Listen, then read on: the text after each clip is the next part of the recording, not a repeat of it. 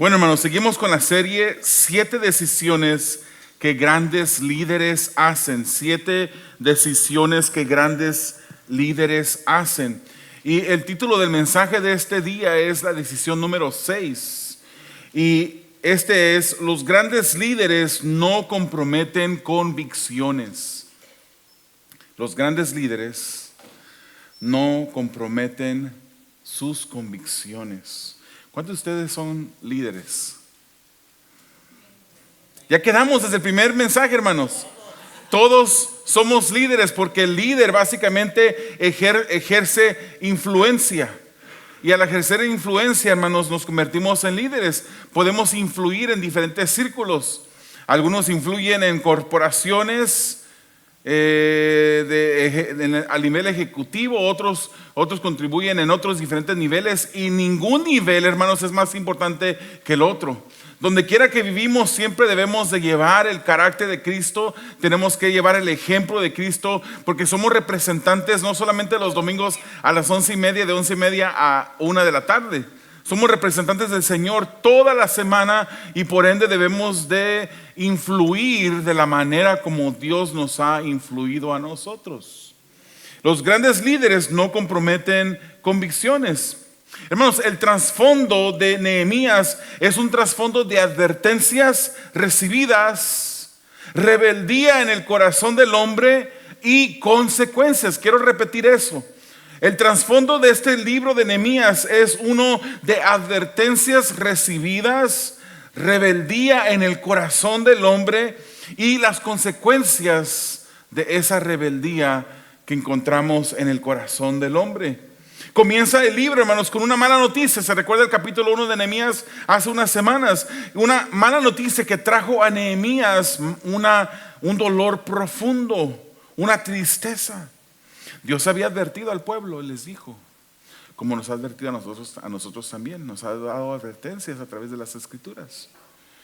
Dios había advertido al pueblo por medio de Moisés en Deuteronomio 28:15, y les dijo: pero debes saber que si no obedeces al Señor tu Dios, ni cumples fielmente todos sus mandamientos y estatutos que hoy te ordeno, vendrán sobre ti y te alcanzarán todas estas maldiciones. A continuación, hermanos, voy a enumerar algunas de esas maldiciones que el Señor le dijo al pueblo que sucederían o les caería a ellos si ellos no obedecían las Escrituras, los mandamientos de parte de Dios.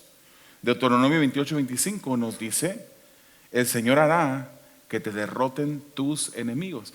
¿En dónde se encuentra el pueblo de Nehemías en este momento? En un estado de derrota.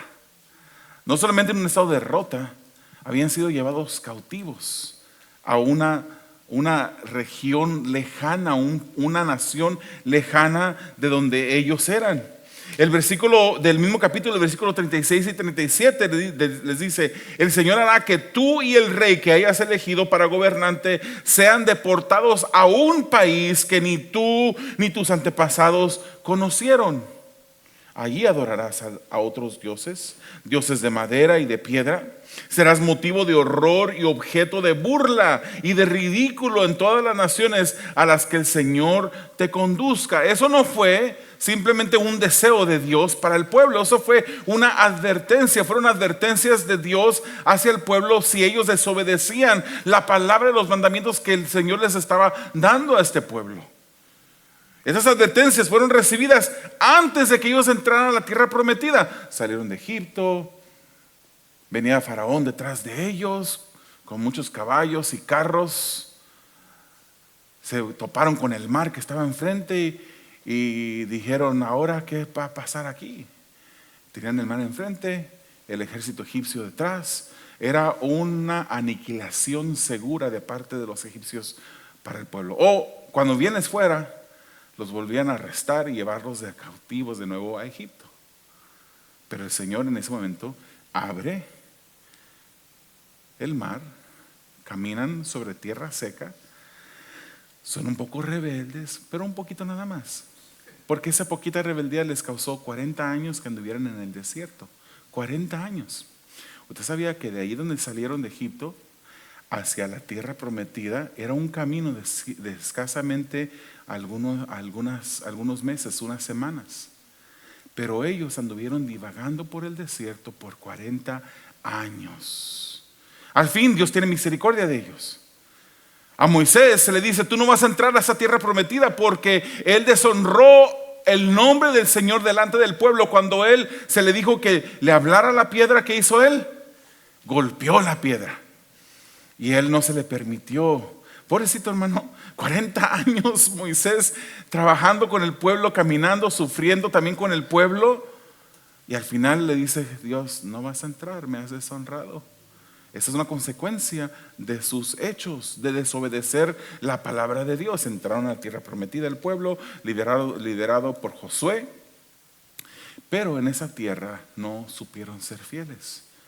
Conquistaron a los pueblos que estaban en esa tierra, pero luego ellos se desviaron tras los dioses. Se les dijo: no hagas pacto con ninguna de las personas de los pueblos que están viviendo en ese lugar, destrúyelos. Pero en lugar de hacer eso, hicieron lo opuesto, no destruyeron a todos y hicieron pacto. No consultaron a Dios. De repente llegó un pueblo que estaba cercano, que era de esa misma región, y habló con Josué y los líderes, y ellos traían las bolsas de vino viejas para que parecieran como que eran personas que viajaban de largo camino. Traían un pan que ya estaba con moho, para que pensaran que era ya un pan viejo, y ellos decían: venimos de lejanas tierras. Josué no consultó a Dios, hace pacto con este pueblo, siendo que era mismo de esa región.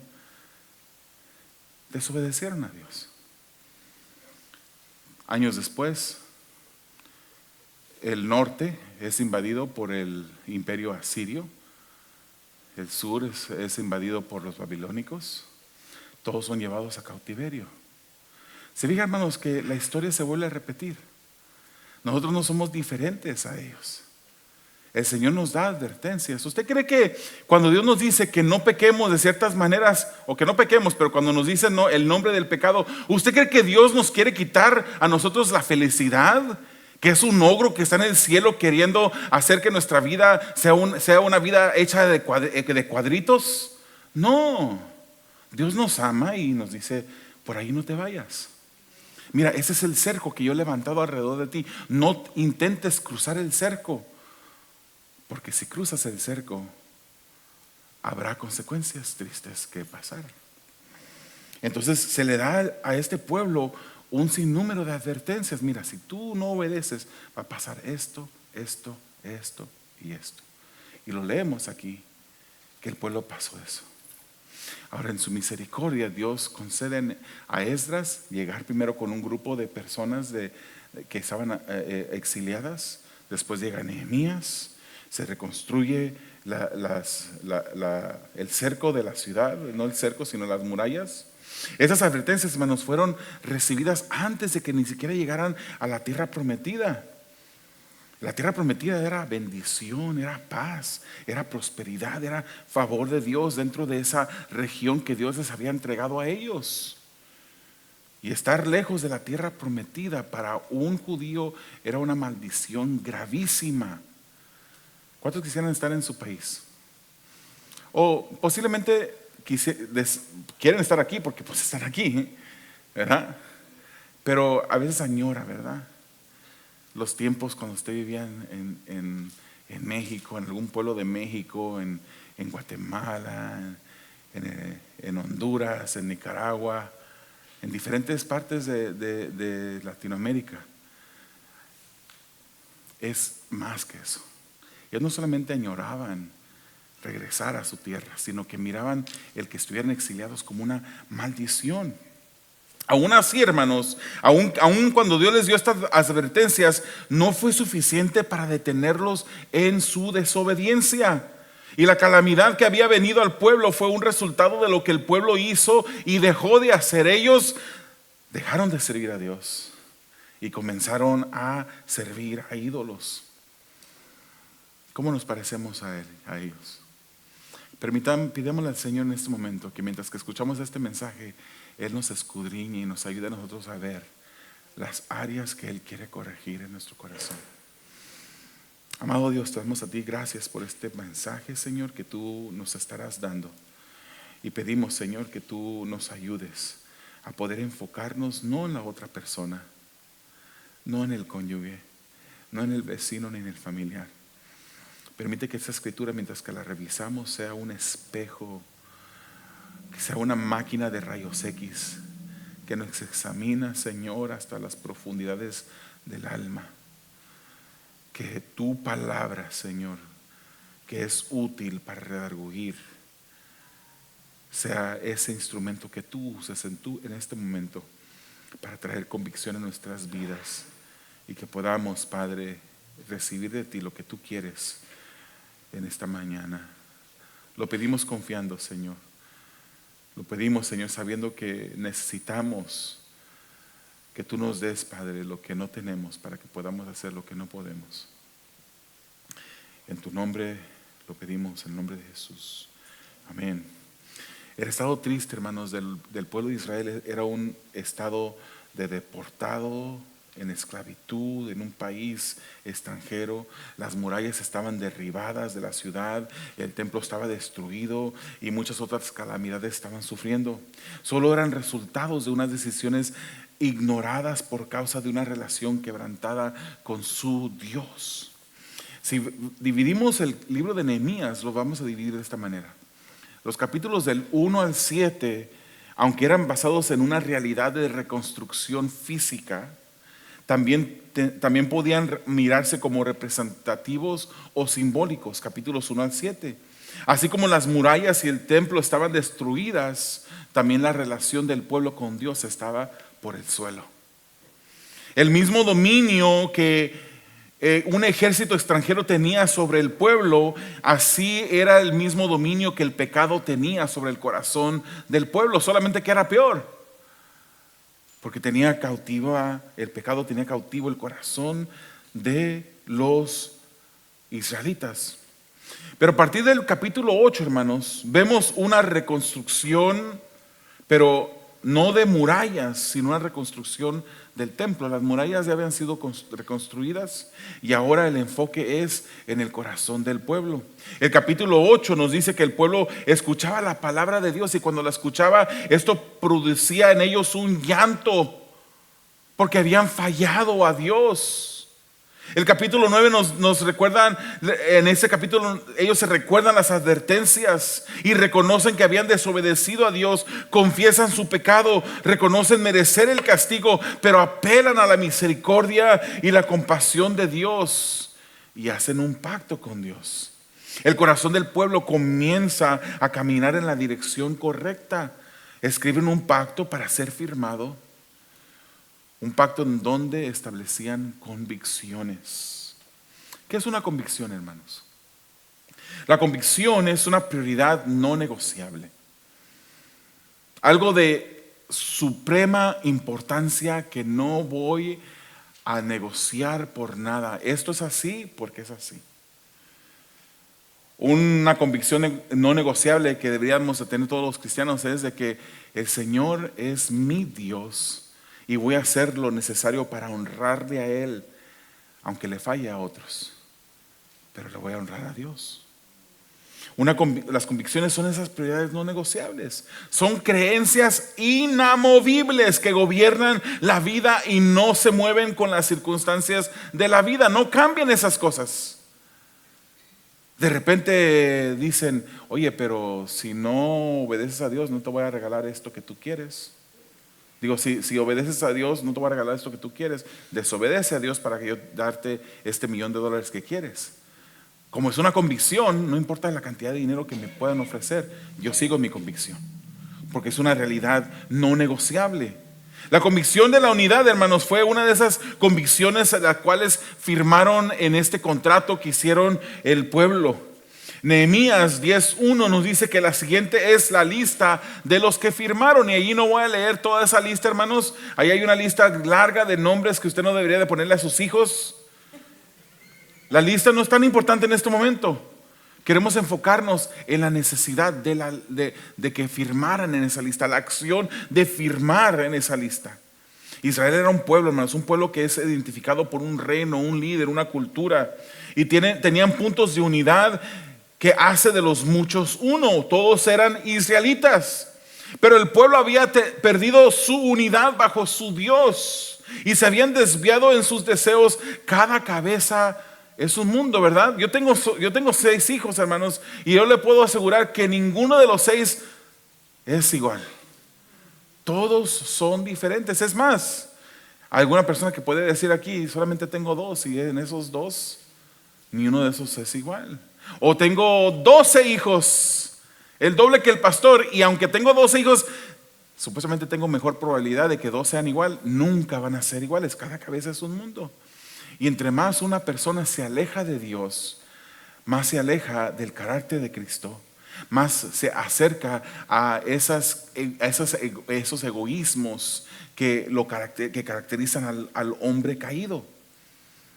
El pueblo había perdido su unidad bajo su Dios. Y en sus deseos se habían también desviado juntamente. La falta de unidad, hermanos, es algo que el enemigo busca inyectar en otros, en nosotros también. Él crea la falta de unidad. De repente surgen peleas, contiendas, disensiones. Cuando estas cosas están presentes, hermanos, sabemos que el enemigo está detrás de eso. Uno no tiene que orar: Señor, revélame si esta pelea viene de parte tuya. Esa es una oración necia. Uno sabe que eso no viene de Dios. Dios no quiere que nosotros estemos peleados en contiendas, disensiones. Dios quiere que nosotros, por ejemplo, no somos un pueblo de millones como el pueblo de Israel, pero somos un pueblo en este lugar, en este contexto, y Dios desea que nosotros estemos unidos, que no hayan disensiones entre nosotros. Pero cuando hay discordia, hermanos, en el pueblo, también hay desorden, hay disturbios y no hay claridad de la unión. Si miran lo que está pasando en el país hoy en día, no hay unión en el país. Hoy en día, más que nunca, se dividen en 2 diferentes grupos mayormente. Está este grupo y está el otro grupo. Y cada quien dice tener la verdad, cada quien dice pelear por la verdad, pero hay un desorden, una desunidad, hay peleas, hay diferentes tipos de contiendas. Pero el líder es grande, hermanos, o piadoso. Se recuerda que eso es lo que estamos mirando. Decimos grande, pero estamos pensando piadoso. El líder es piadoso. El que es piadoso impulsa a la unidad. No divide, sino que busca unir y multiplicar. El pueblo se había leído las escrituras, habían reconocido su pecado, confesaron su pecado y se arrepintieron. Un corazón en la posición correcta delante de Dios será una que busca la unidad. Si usted tiene su corazón correcto, en la posición correcta delante de Dios, usted no va a andar hablando de su hermano. Usted no va a ir levantando chismes y calumnias en contra de su hermano, porque su corazón lo tiene sometido bajo Dios. Un corazón en la posición correcta delante de Dios será uno que busca la unidad. Es por eso, hermanos, que el pacto que habían escrito fue firmado por representantes del pueblo. Nehemías comienza con la lista de personas que firmaron. Todos ellas eran líderes. Y sabe usted una cosa, como va el líder, así van los que lo siguen. Usted es un líder en el círculo de influencia donde el Señor lo ha colocado para que usted sea líder. Usted es un líder. Y Dios le va a llamar a cuentas a usted cómo ejerció ese papel que usted recibió de parte de Él. Como va el líder, así va el pueblo. Fíjese algo muy interesante que dice 2 de Crónicas, capítulo 12, versículo 1. Cuando el reino de Roboam se había afianzado y fortalecido, él abandonó la ley del Señor y todo Israel con él. Él se desvió.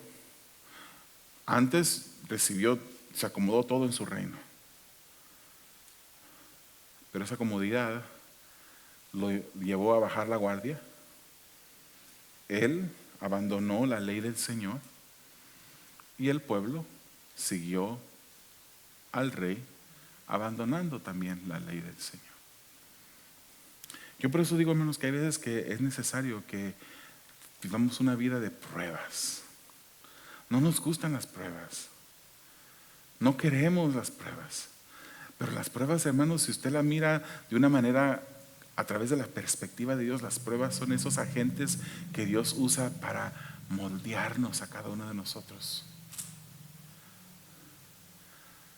Hay situaciones, calamidades en las que uno mismo se mete porque uno cometió decisiones o hizo decisiones incorrectas que no honraban a Dios, que no fue el momento en el que debíamos de tomar esa decisión y nos adelantamos y Dios nos dejó porque había una enseñanza que Dios nos quería lograr a través de eso, y en su misericordia Él nos sigue instruyendo, nos sigue guiando, nos sigue moldeando. Pero hay veces, hermanos, que no pasa de una situación causada por una decisión nuestra que es difícil y uno dice: Señor, ¿por qué? Yo que voy a la iglesia todos los domingos, estoy involucrado en un grupo pequeño, cargo mi Biblia, enseño mi Biblia a mis hijos, estoy entregado a ti, Señor, y viene esta prueba a mí. Dios está usando esa prueba como un agente de cambio en tu vida. ¿O usted cree que cuando los discípulos iban cruzando el mar y se desata esa tormenta, será que esa tormenta se le escapó a Dios? ¿Será que Jesús estaba dormido en la popa? Estaba tranquilo y vieron con el Señor: Señor, ¿no te da pendiente que vamos a fallecer? ¿Acaso no sabe Dios que tú estás pasando por una prueba y que esa prueba Él sabe el comienzo y el final, cuándo comienza, cuándo termina y lo que Él quiere lograr a través de esa prueba? Dale gloria a Dios cuando vengan esas pruebas a tu vida. Y siempre pregúntale a Dios: ¿qué es lo que tú quieres que yo aprenda a través de esta prueba? Porque son pruebas, hermanos. ¿Se recuerda lo que pasaba en la escuela cuando reprobaba una prueba? ¿Qué pasaba?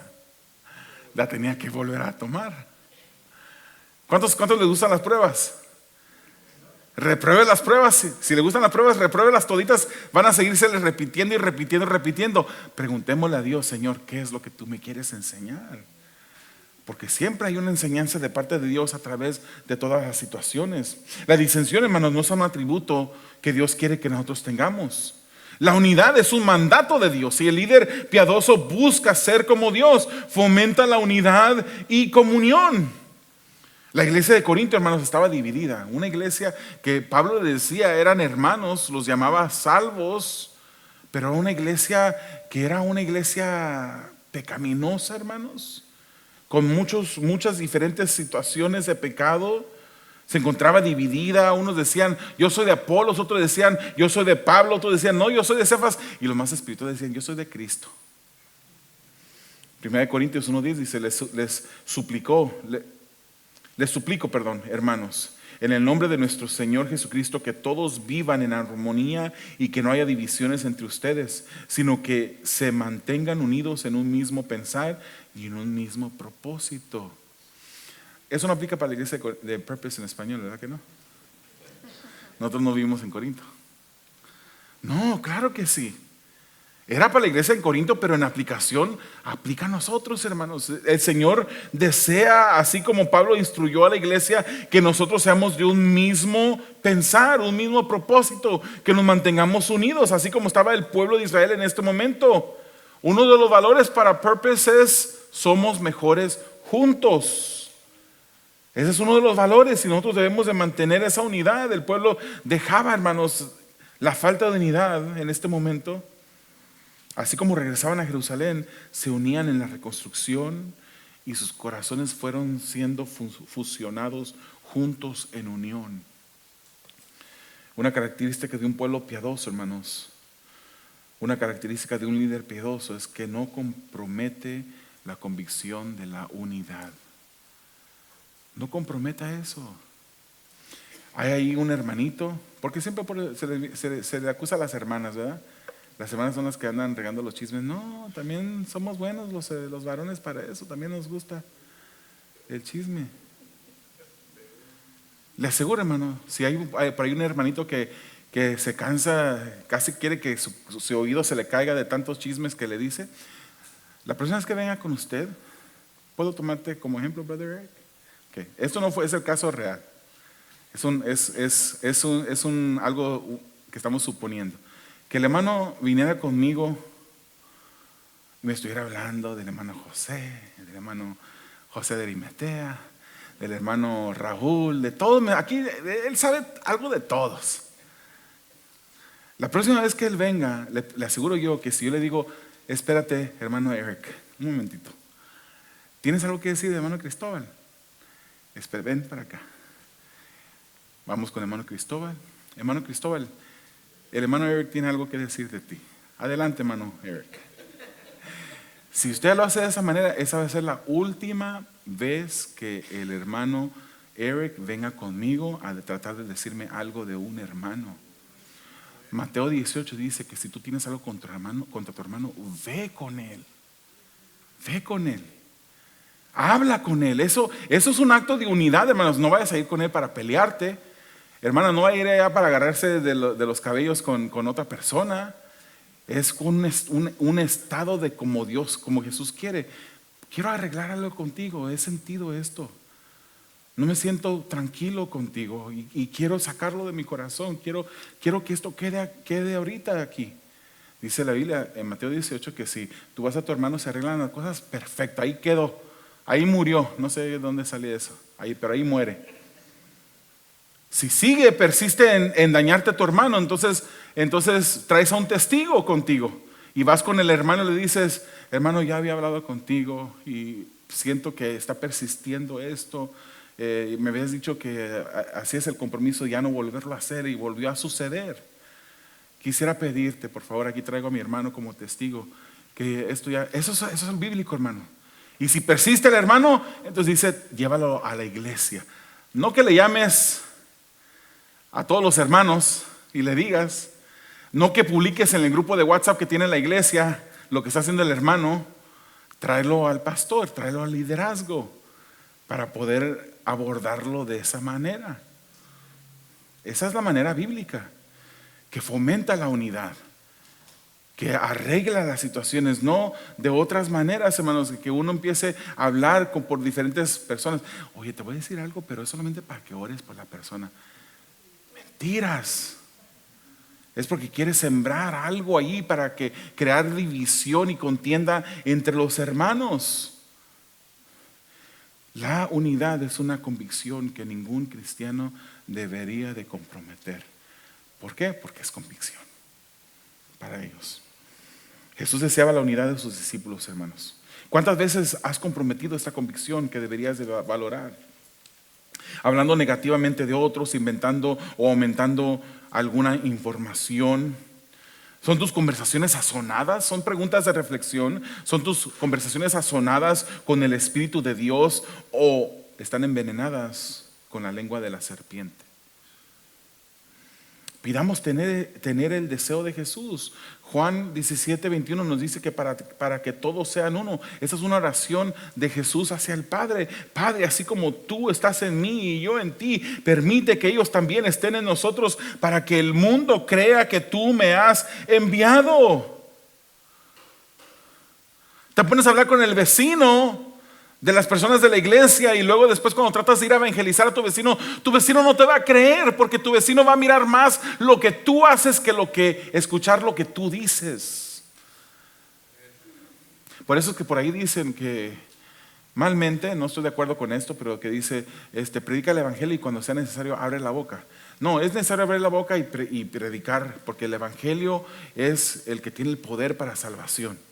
Pero lo que quiere decir este dicho en cierta manera es, tienes que vivir de una manera que corresponda con el evangelio que tú dices que puede cambiar las vidas. Pero si sigues viviendo de una manera contraria al evangelio, ¿cómo después te pones a hablar, hermano, de que Jesucristo salva y cambia y transforma y quita pecados? La unidad que la gente ve ayuda a que crean el mensaje. Por eso Juan 13:35 dice, de este modo todos sabrán que son mis discípulos, de la manera como se chismeen sobre el uno y el otro. ¿Así dice? La manera como se amen. si se aman los unos a los otros. Te repito esto, es más fácil o es más normal que las personas imiten lo que ven en ti, que repitan lo que escuchan de ti. Segunda convicción, tengo que darle, vengo como un poquito despacio de allá de Santo Domingo. Tengo que darle segunda convicción. Vamos adelantando un poquito porque ya vamos adelantados en tiempo. Números 10:29 dice: se unieron a sus parientes que ocupaban cargos importantes y se comprometieron, bajo juramento, a vivir conforme a la ley de Dios, la ley que Dios les había dado por medio de su servidor Moisés, y a obedecer todos los mandamientos, ordenanzas y estatutos del Señor soberano nuestro. O sea, la convicción de obedecer, aquí la vemos en el capítulo 10, versículo 29. Cuando las murallas de la relación con Dios estaban fuertes, no hay otro deseo más importante que obedecer a Dios. Esa es una convicción que cada cristiano debe de tener. El líder tiene una prioridad no negociable, y líder es usted. Usted debe tener una prioridad no negociable que continúa aún cuando las circunstancias cambian, y esto es obedecer a Dios, le cueste lo que le cueste.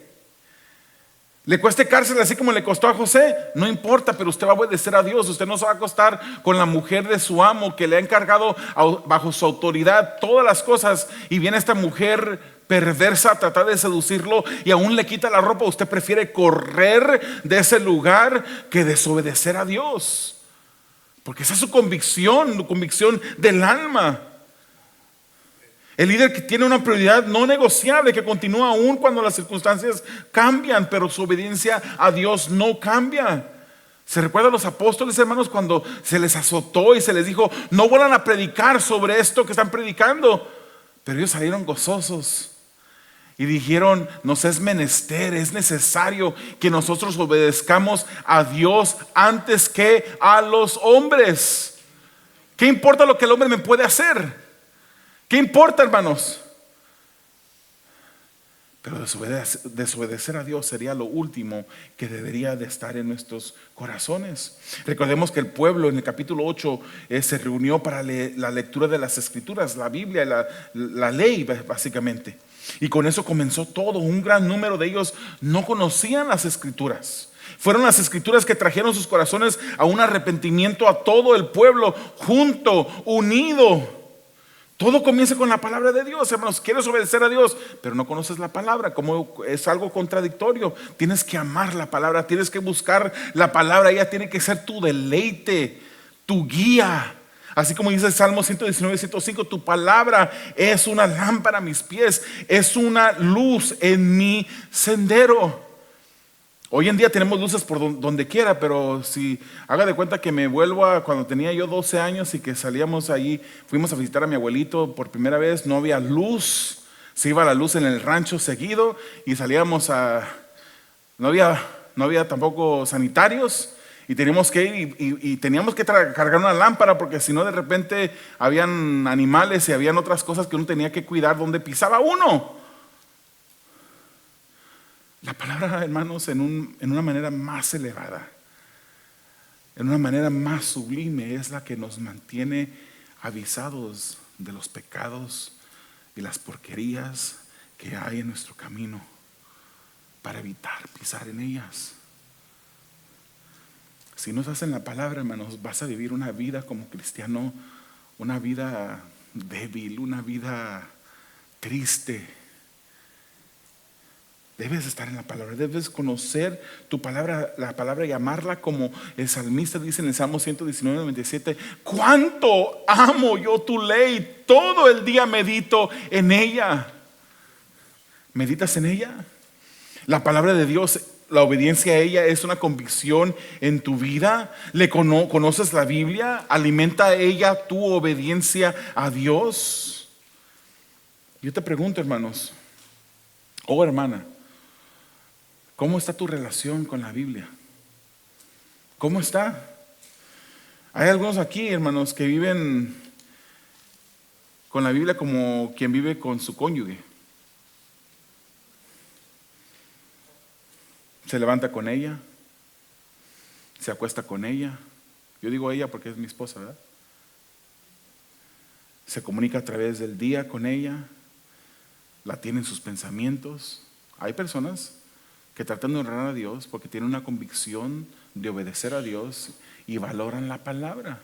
Y todo el día están con ella. Se van a dormir con ella, se levantan. Pero hay personas que tratan la Biblia como una concubina. Y en términos más coloquiales, como una prostituta. Solo se acercan a la Biblia cuando tienen un momento de necesidad. ¿Cómo estás tratando tú la Biblia?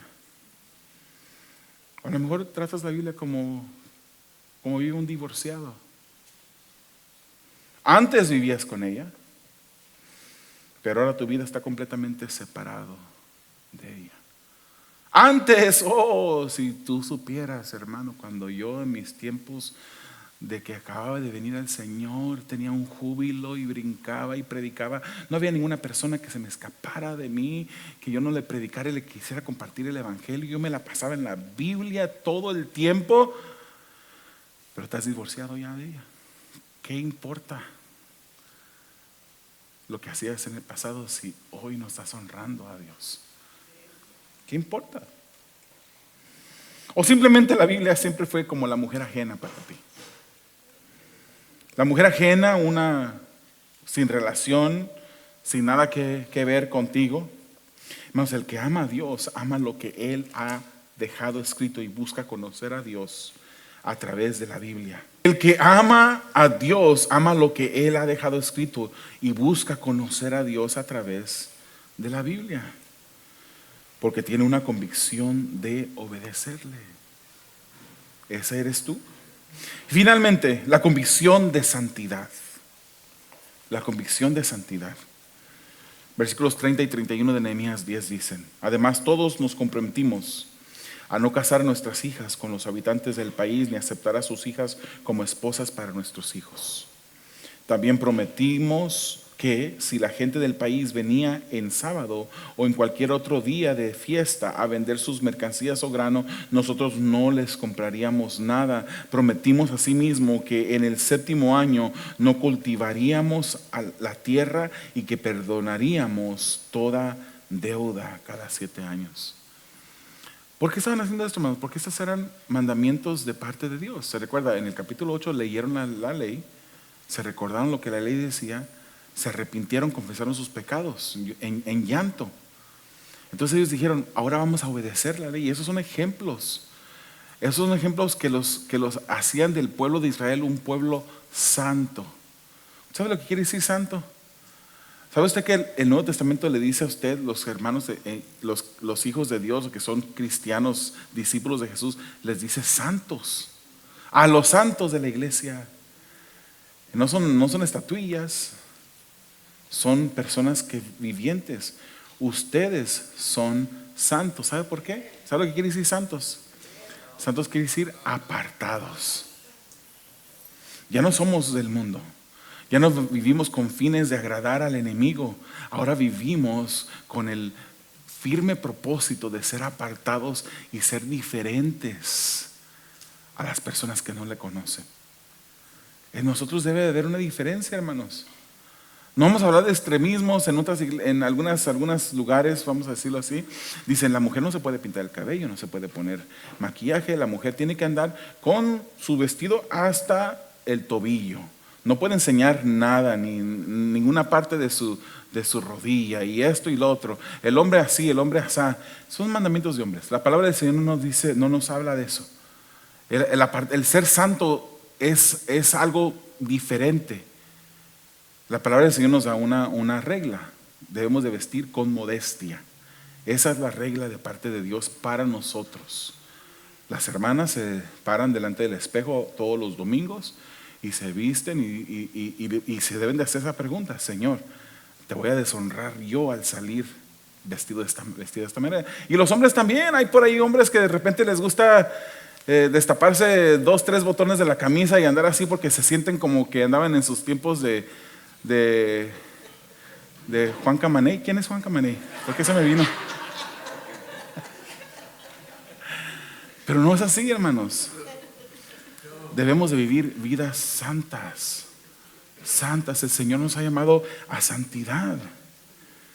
En el contexto de Nehemías, el pueblo se le había mandado a no mezclarse con otras naciones, no dar sus hijos a hijas en matrimonio con otros pueblos. Pero el pueblo había fallado en esto. Se había contaminado el pueblo. El hombre más sabio incluso, hermanos, después de Cristo, terminó con un corazón desviado tras ídolos. El hombre más sabio, el hombre que dos mujeres le trajeron a un bebé, que las dos tenían hijos, y una se había acostado y había dado muerte a su hijo, y al final en la mañana quedaba un hijo vivo, y se peleaban las dos por él. Y trajeron ese hijo a Salomón porque estaban peleando, y Salomón pues no sabía, ya en aquel tiempo no habían pruebas de ADN para saber cuál era la mujer que era la mamá de este niño. Y este hombre sabio, Salomón, el rey Salomón, le dice: ok, traigan una espada allá, aquel soldado que está parado allá, traiga una espada y vamos a cortar la mitad, y le damos una mitad, le damos a una mamá y la otra mitad se la damos a otra mamá, para allá, así queda resuelto el problema. La mujer, que no era la madre verdadera, dijo: está bien, que lo corten en la mitad y me dan a mí la mitad del niño. Pero la mujer, que era la mamá, dijo: no, mejor dénselo a ella, pero no lo maten. Ahí supo él que la mamá verdadera era aquella que dijo que no lo mataran. Prefirió perder su hijo a la otra mujer que le quitaran la vida a su hijo. Este hombre sabio que escribió el libro de Eclesiastés, un libro de mucha sabiduría, fue desviado. A él lo desviaron las mujeres extranjeras, que la ley decía no debían de casarse con ellas. Primera de Reyes dice que tuvo 700 esposas, que eran princesas, y 300 concubinas. Todas estas mujeres hicieron que se desviara su corazón. Ya no voy a leer el resto, que tenía ahí para leerlo. Pero el punto es que se involucró con mujeres extranjeras, y él terminó dejando de adorar a Dios y adorar a ídolos. Este principio de unión, hermanos, con cónyuges piadosos sigue siendo un principio del Nuevo Testamento. No quise dejar eso fuera. La palabra del Señor nos manda a no unirnos en yugos desiguales. Y esto importa. Yo tengo 4 hijas en casa que no se han casado, y tengo un hijo que no vive en casa, pero también no se ha casado. Y para mí es importantísimo orar por ese cónyuge, un cónyuge que llegue a la vida de ellos, de mis hijas y de mi hijo, que ame a Dios sobre todas las cosas. Si un día le voy a decir yo, aunque yo sé que lo va a escuchar después, nuestra hija y mi yerno, le pido disculpas de una vez, que a lo mejor lo escucha esto, pero él no era creyente. Nuestra hija quería andar con un no creyente. Creció en la iglesia, le enseñamos lo que la Biblia decía, pero ella se subió en un burrito que se llamaba, no sé ni cómo se llamaba el burrito, pero era un burrito, se llamaba necedad, y ella decidió hacerlo. Nosotros no le dimos la aprobación. Ella llegó un día con nosotros diciendo: yo ya no quiero las reglas de esta casa, trátenme como una rentera. Yo les pago renta y yo puedo llegar aquí a la hora que yo quiera, sin reglas. Le dijimos que no. Ella salió de la casa sin una blusa, sin ni un pantalón, sin ninguna otra cosa. Las llaves del carro que ella manejaba, habíamos firmado por ese carro de nuestro crédito. No, salió caminando de la casa. ¿Usted cree que no nos dolió? ¿Usted cree que no nos dolió? Pero queríamos honrar a Dios. No queríamos hacerle la vida fácil a ella. Podríamos haberle dicho: ok, está bien, nos vas a pagar tanto y rentera de la casa. Puedes traer a quien quieras a casa, puedes llegar a la hora que quieras, ir a hacer lo que tú quieras. No, pero nosotros tratamos de instruir a nuestros hijos porque son para nosotros santos. queremos tratarlo como santo. Son regalos de parte de Dios que debemos de nosotros tratar diferente. Ay, es que mi amiga no, su mamá no es así como tú, mamá. ¿Y qué importa? Yo soy tu mamá. No son, hay madres aquí, padres que se amedrentan, que los amenazan porque me voy a ir de la casa, porque no me dejas andar con ese muchacho. ¿Qué importa, hermano? Honra a Dios ante todas las cosas. Yo nunca he visto un mal resultado por un padre que decide honrar a Dios. Amamos a nuestra hija. Nos dolió, le dimos la oportunidad. No la corrimos de la casa. Te vas de aquí. No, ella decidió irse. Ella no quiso las reglas de la casa, pero no íbamos a doblegar las reglas de la casa por que ella alimentara su pecado. No formen alianza con los incrédulos, dice la Biblia. ¿Qué tienen en comunión la justicia y la maldad? ¿O qué comunión puede tener la luz con la oscuridad? ¿Qué armonía tiene Cristo con Belial? ¿Qué tiene en común un creyente con un incrédulo? Al final nuestros hijos se van a casar con quien ellos quieran, hermanos. Pero nuestra responsabilidad es darle la dirección. Y ore mucho por ellos, hermanos, porque yo le voy a decir una cosa. Si usted todavía piensa como yo pensaba antes, está equivocado. Y esto es, yo pensaba que al momento de casarse nuestros hijos, y ahorita tengo un ejemplo de eso nada más, mi hija que está casada con 3 nietas, o sea, nietas de nosotros, 3 hijas de ella. Yo pensaba que al momento de casarse, ya terminamos. Next, ¿quién sigue? No es así. Se casan y los dolores que siguen sufriendo, seguimos sintiendo. Las consecuencias que ellos reciben por pecados, los seguiremos batallando nosotros. Esa es la importancia. Esa es la importancia. Y voy a terminar aquí porque ya me extendí mucho. Pero esa es la importancia de tener esa convicción de vivir santo. No solamente vivir tú santo, sino dirigir a tus hijos en santidad.